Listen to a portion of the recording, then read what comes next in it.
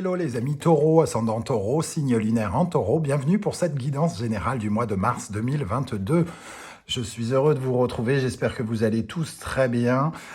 Merci à tous en tout cas pour vos messages d'encouragement et de soutien. Je vous propose aujourd'hui donc un tirage comme d'habitude qui n'en reste pas moins général, qui ne pourra pas parler à tous les taureaux de la même façon. Donc prenez les énergies qui vibrent avec ce que vous vivez, n'hésitez pas à faire votre propre lecture intuitive en ressentant l'énergie de ces cartes et en vous faisant vos propres messages. Je vous invite également à regarder la vidéo de votre signe ascendant et de votre signe lunaire qui vous donneront soit des compléments d'information, soit un tout autre message qui pourrait davantage vous parler, ce qui arrive parfois à certaines périodes de votre vie. En barre d'infos, je vous mets comme d'habitude les différents liens pour accéder directement aux guidances que j'ai effectuées pour votre signe et vous trouverez également mon adresse email pour les renseignements, pour les tirages personnalisés ainsi que mon profil Instagram pour ceux qui veulent me rejoindre pour des contenus différents. Voilà, on commence tout de suite avec l'énergie principale qui vous accompagnera en mars 2022 et nous avons la Maison Dieu inversée. Il semble, avec cette Maison Dieu inversée, que vous ayez peur du changement, peur de l'inconnu, peur de quelque chose qui se profile, qui vous bouleverse, qui vous déstabilise. Il pourrait y avoir de la nouveauté dans votre vie ici avec la Maison Dieu et par contre, vous êtes un peu frileux, un peu, comment dire, oui, vous avez d'une certaine manière peur de ce qui pourrait se passer, de comment ça va se passer. Vous avez peur que ça puisse se transformer peut-être en catastrophe, en désastre, sans doute un manque un peu de confiance en soi et on se dénigre un petit peu peut-être aussi. Donc ce sont quand même des croyances un petit peu difficiles concernant sans doute quelque chose qui démarre. Donc, ça vous parlera soit de votre vie sentimentale, de votre vie professionnelle, de votre vie intérieure, pourquoi pas. Un refus de prendre conscience de quelque chose aussi avec cette Maison Dieu inversée. En tout cas, c'est une sorte de barrage que vous vous infligez vraisemblablement à vous-même, qui n'est pas forcément un barrage extérieur, puisqu'on est en inversé, ça se passe à l'intérieur de vous. On va regarder quel est votre état d'esprit pour ce mois de mars. Et nous avons le magnifique As de bâton du tarot d'Irtis.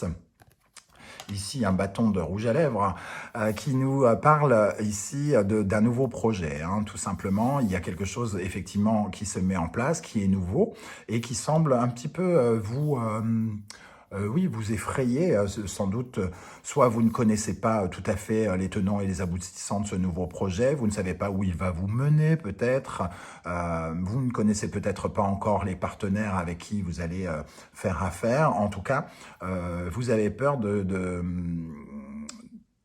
d'échouer sans doute avec cette Maison Dieu, comme si vous étiez plus connecté d'une certaine manière avec le fait que vous pourriez échouer plutôt que le fait que vous pourriez réussir. Bon.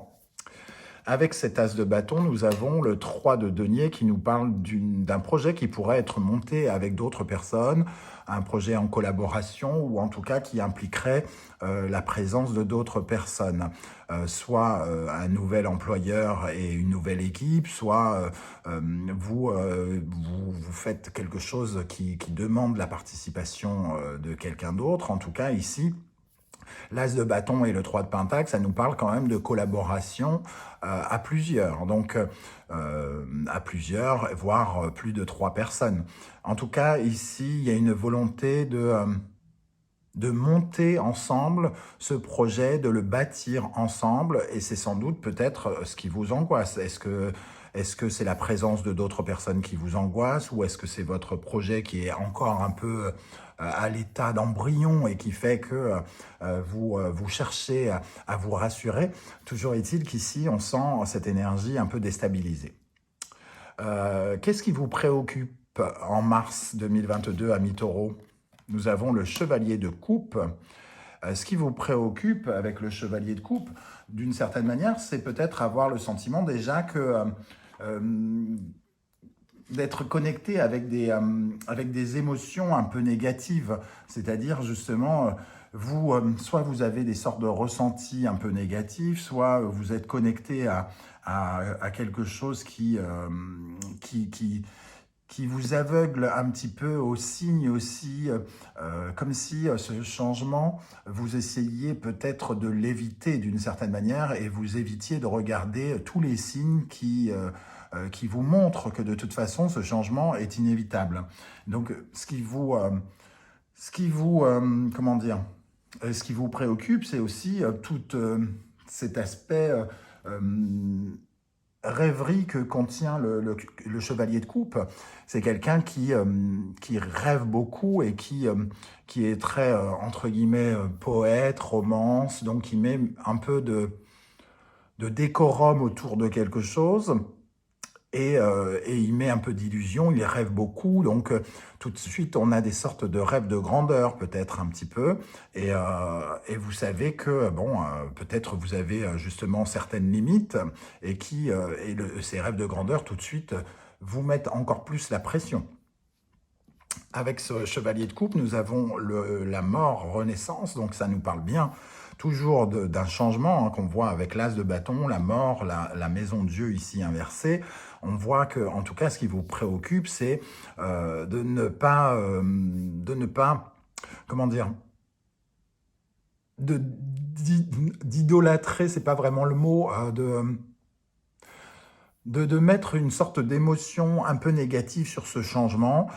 Soit vous n'y croyez qu'à moitié, soit justement il y a quelque chose de déstabilisant et c'était pas prévu, et tout à coup vous vous posez plein de questions, ou alors vous êtes dans une rêverie qui finalement vire un peu limite au cauchemar, c'est-à-dire que vous mettez tellement d'émotions contradictoires par rapport à ce qui se passe que finalement vous vous affaiblissez vous-même en y réfléchissant.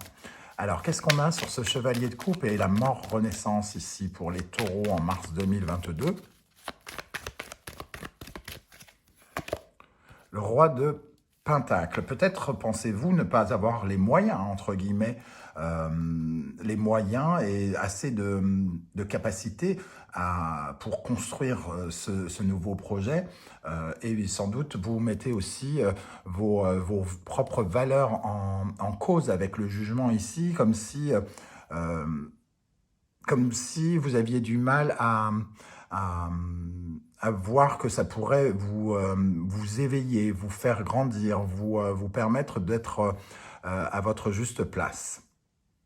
Le roi de Pentacle, c'est celui qui a de la valeur et c'est celui qui construit. Donc il y a quand même quelque chose où on peut faire un peu des plans rêvés ici pour construire cette fin. Et c'est ce qui vous préoccupe. Vous réfléchissez sans doute beaucoup avec vos émotions ici, avec le chevalier de coupe. Quel sera votre défi en mars? Le 10 d'épée.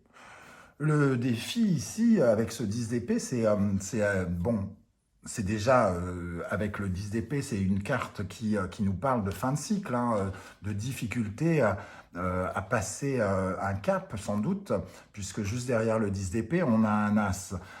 Ici, votre défi, c'est d'accepter, entre guillemets, cette crise et d'accepter aussi de guérir en profondeur par rapport à tout ce qui est négatif, à toutes vos limites restrictives, tout ce que limites restrictives, c'est la même chose, pardon, limites négatives, tous les schémas peut-être un peu sclérosants que vous avez bâtis au fur et à mesure du temps.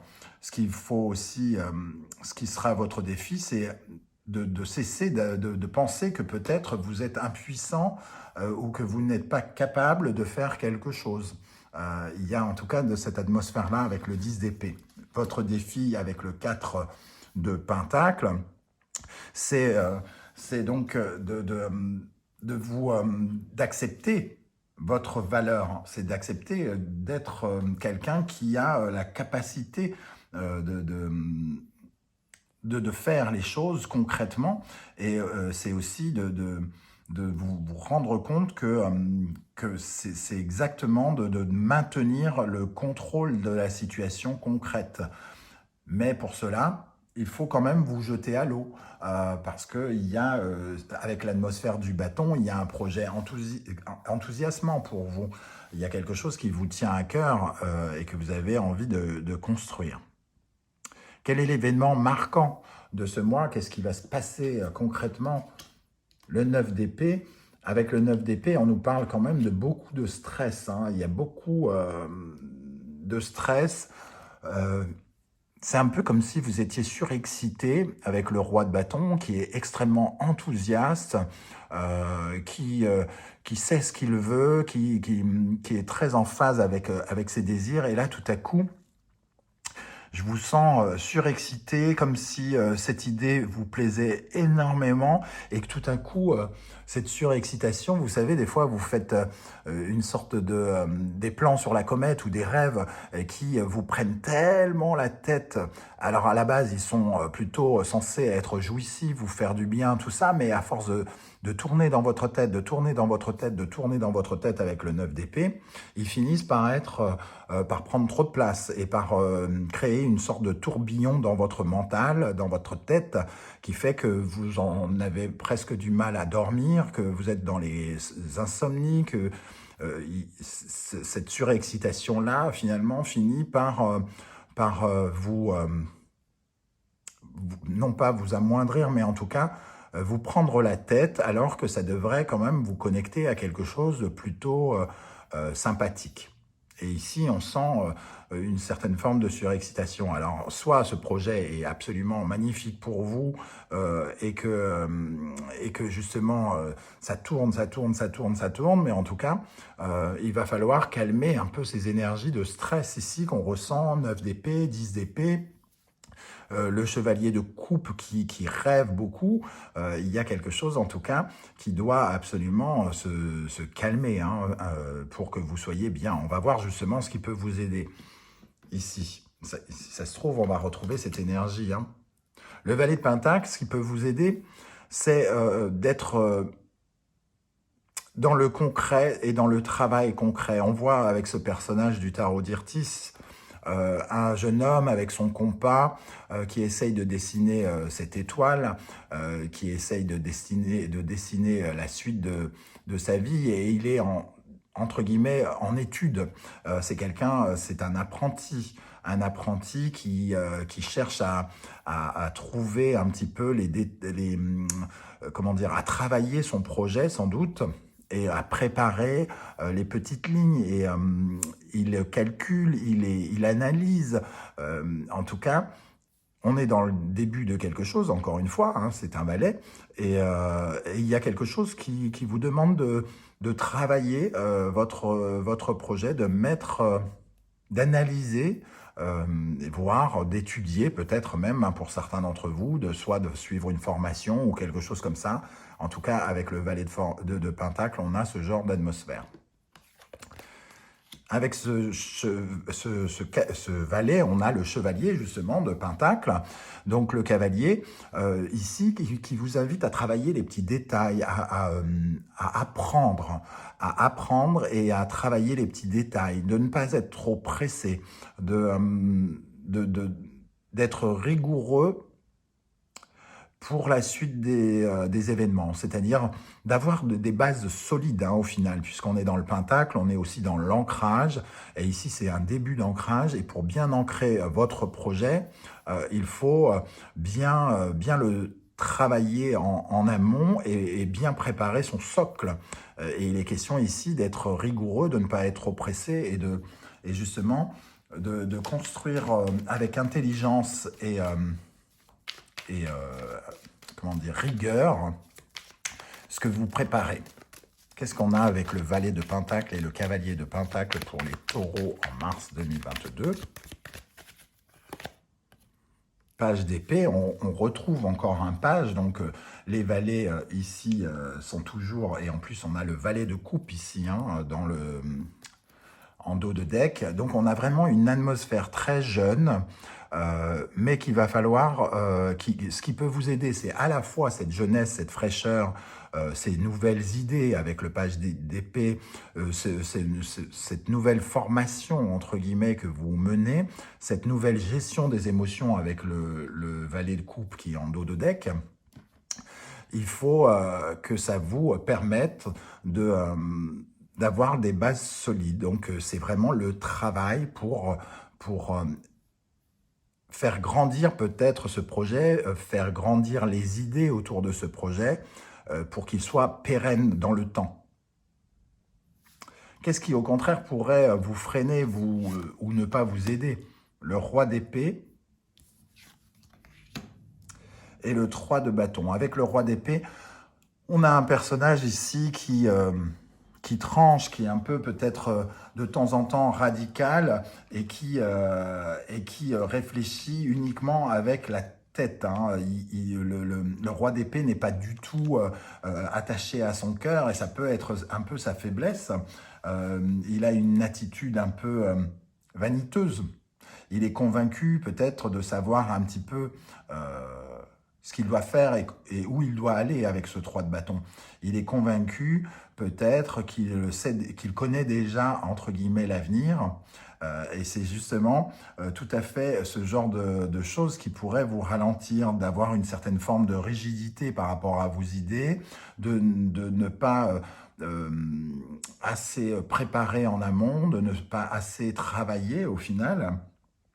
Et surtout, si vous travaillez en équipe ici avec le 3 de Pentacle, le roi d'épée, il a une tendance à prendre le contrôle, à mener les autres un peu à la baguette et peut-être à ne pas assez écouter ce que les autres ont à dire.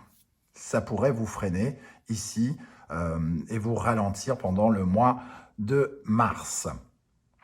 Qu'est-ce qui va se passer dans le domaine sentimental relationnel pour vous? Quelle est l'atmosphère de votre vie sentimentale relationnelle? Nous avons le grand prêtre. Donc avec le grand prêtre, on a à la fois le bon conseiller.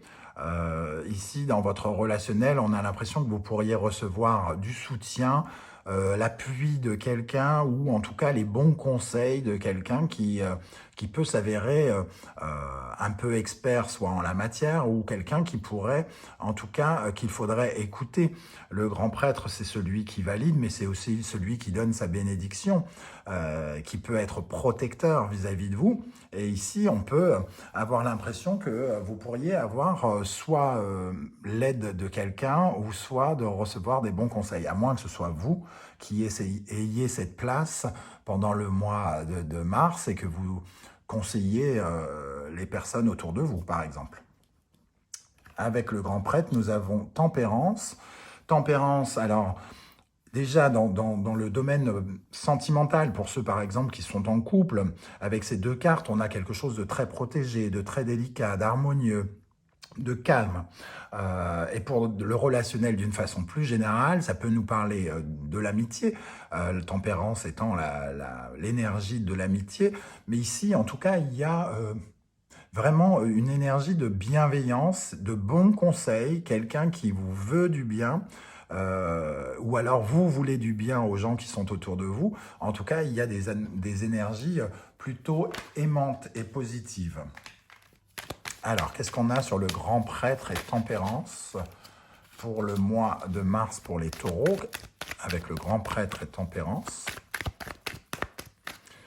Alors bien sûr, c'est un tirage général, on parle de sentimental et de relationnel, mais c'est un tirage que vous pourrez retrouver dans une autre guidance, une vidéo plus longue qui ne parlera que de ça, hein, je le rappelle. Avec le grand prêtre et tempérance, nous avons le page de coupe, donc encore de la nouveauté, encore comme si on pouvait recevoir d'une façon, entre guillemets, inattendue, un peu l'amour de quelqu'un, en tout cas le soutien, la bienveillance de quelqu'un, et avoir des idées novatrices. On est motivé justement par des choses novatrices ici, et on peut avoir des conseils peut-être un peu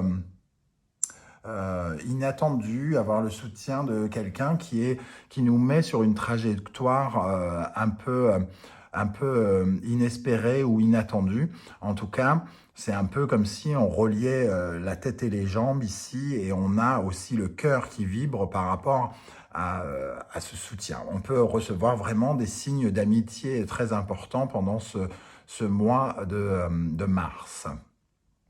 Dans le domaine professionnel et de la vie quotidienne, tout le monde n'a pas une vie professionnelle, donc vie quotidienne, c'est tout ce que vous faites pendant votre semaine, hein, au quotidien.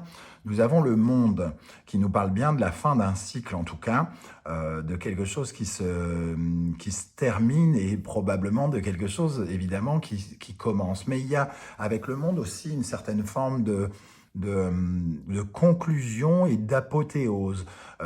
On arrive à la fin d'un cycle, mais on en arrive beaucoup plus grandi avec le monde.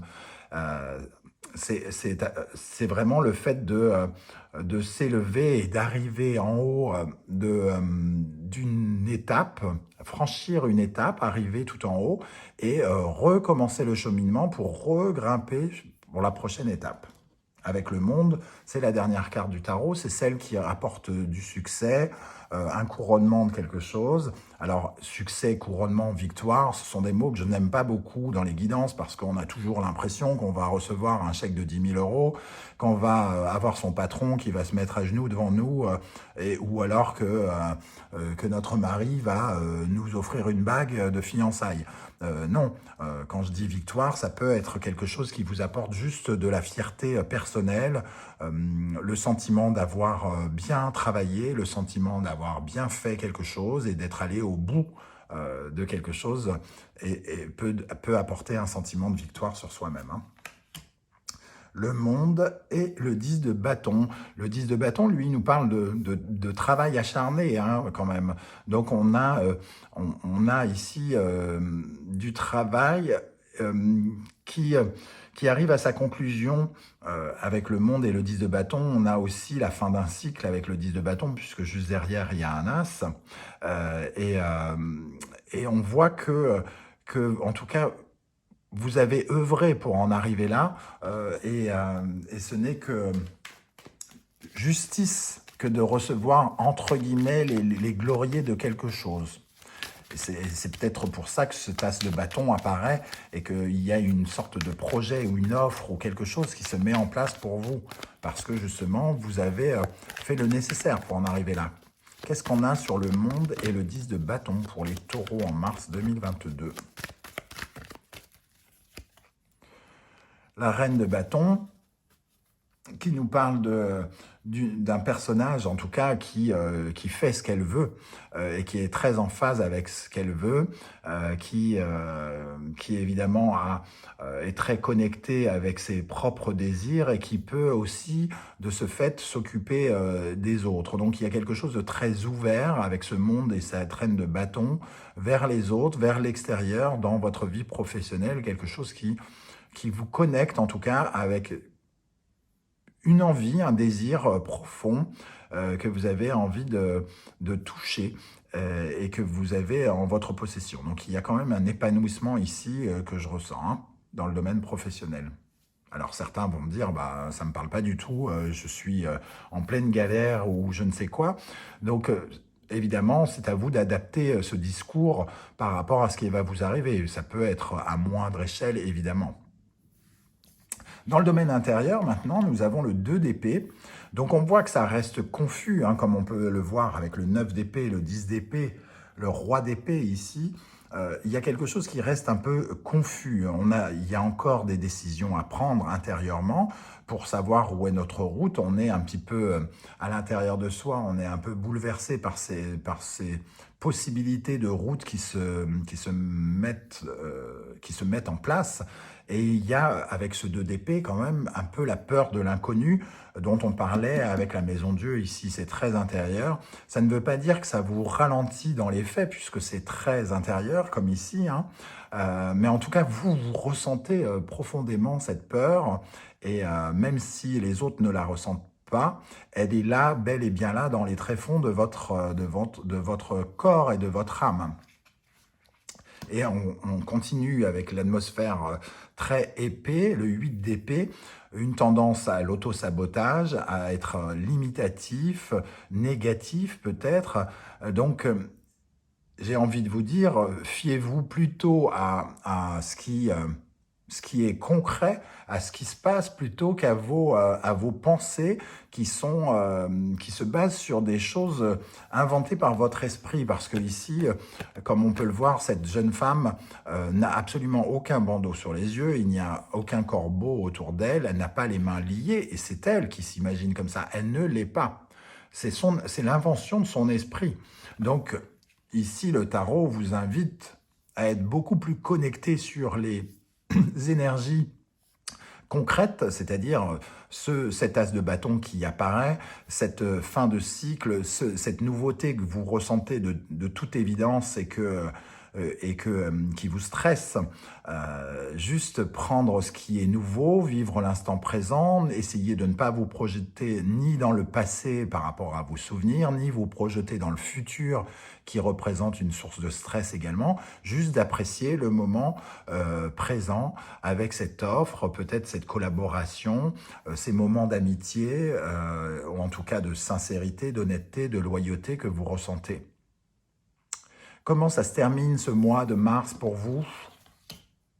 Le chariot, bon, quoi qu'il arrive, ce projet, il avance, vous avancez comme un conquérant, avec une certaine forme de détermination. Vous maîtrisez, vous contrôlez votre chariot afin d'aller vers l'avenir. Il y a une dimension de progression avec ce chariot. On avance, on peut même avancer rapidement.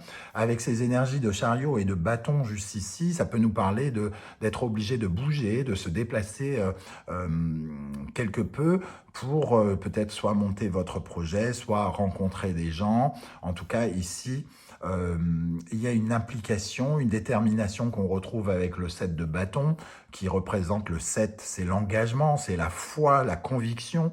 Donc ici, on sent que, en tout cas, vous avez d'une certaine manière la foi, même si au fond de vous, vous avez peur. En tout cas, vous y allez, vous foncez, vous protégez vos acquis, vous restez sur votre avis premier, sur votre envie d'y aller. Et ça, c'est vraiment positif. Donc, c'est juste d'essayer de calmer un peu les monstres intérieurs qui essayent de vous effrayer, qui va être important ce mois-ci, amis taureaux. Voilà comment je ressens ce tirage. N'hésitez pas à me dire en commentaire comment ça vibre pour vous, comment ça se décrit, quel genre de projet vous êtes en train de monter. Je serais très intéressé de voir comment ça vibre et surtout, je suis très curieux. Voilà, tout simplement. Je vous invite, comme d'habitude, à continuer de me soutenir, de m'encourager et de m'aider à faire progresser la chaîne en likant cette vidéo, en la partageant sur les réseaux sociaux et en vous abonnant si ce n'est pas déjà fait. Je vous remercie d'être là et je vous dis à très vite pour de nouvelles guidances. Ciao, ciao.